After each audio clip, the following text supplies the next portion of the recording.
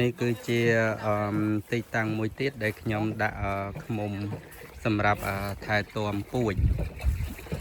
សម្រាប់ថែទាំពូជនៅទីនឹងមួយកន្លែងទៀតដាក់ក្រោមដើមអំពិលទឹកបារាំងអំពិលទឹកឡំអំពិលទឹកបារាំងដាក់ក្រោមដើមអំពិលទឹកហើយ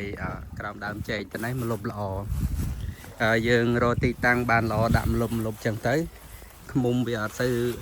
សូវក្តៅវាល្អជាងយើងនៅហាលក្តៅដោយទីតាំងមួយដែលខ្ញុំធ្វើការបង្ហាញក្នុងវីដេអូឃ្លីបវគ្គមុនណា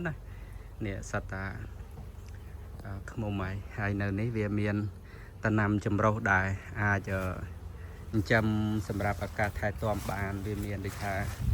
ប្រភេទផ្កាស្មៅខ្លះទៅនេះសត្វឃ្មុំវាមានដូចជាផ្កាចេកខ្លះទៅ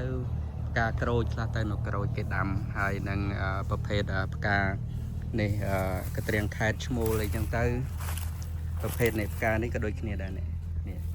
ប្រភេទផ្កានឹងខ្លះទៅហើយពោតបាទពោតនៅទីនេះមើលអត់ឃើញទេពោតនៅលងចកាខាងនោះលងចកាខាងនោះទៅខាងនោះទៅខាងនោះមានពោតច្រើនណាស់អញ្ចឹងស័ក្តិសមសម្រាប់ពូខាងខ្ញុំ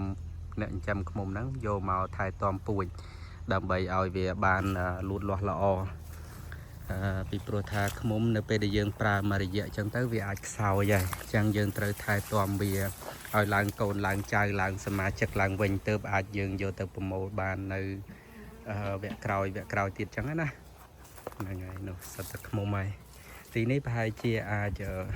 ក្មេងៗខ្ញុំដាក់ប្រហែលជាចន្លោះ70-80 សបុកឯងទៅខាងមុខហ្នឹងអីបាទបងឃើញនេះពេញទៅហ្នឹងហើយបាទ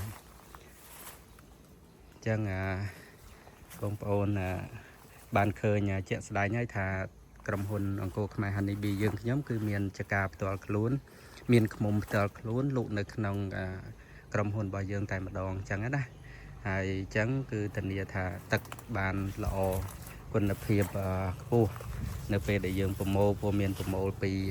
ផ្កាគោប្រមូលពីទឹកកស៊ូប្រមូលពីផ្កាមានតងែនៅខាងបៃលិនអីចឹងទៅអាហ្នឹងប្រភេទពូដំណាំកសិកម្មហើយក៏មានប្រមូលពី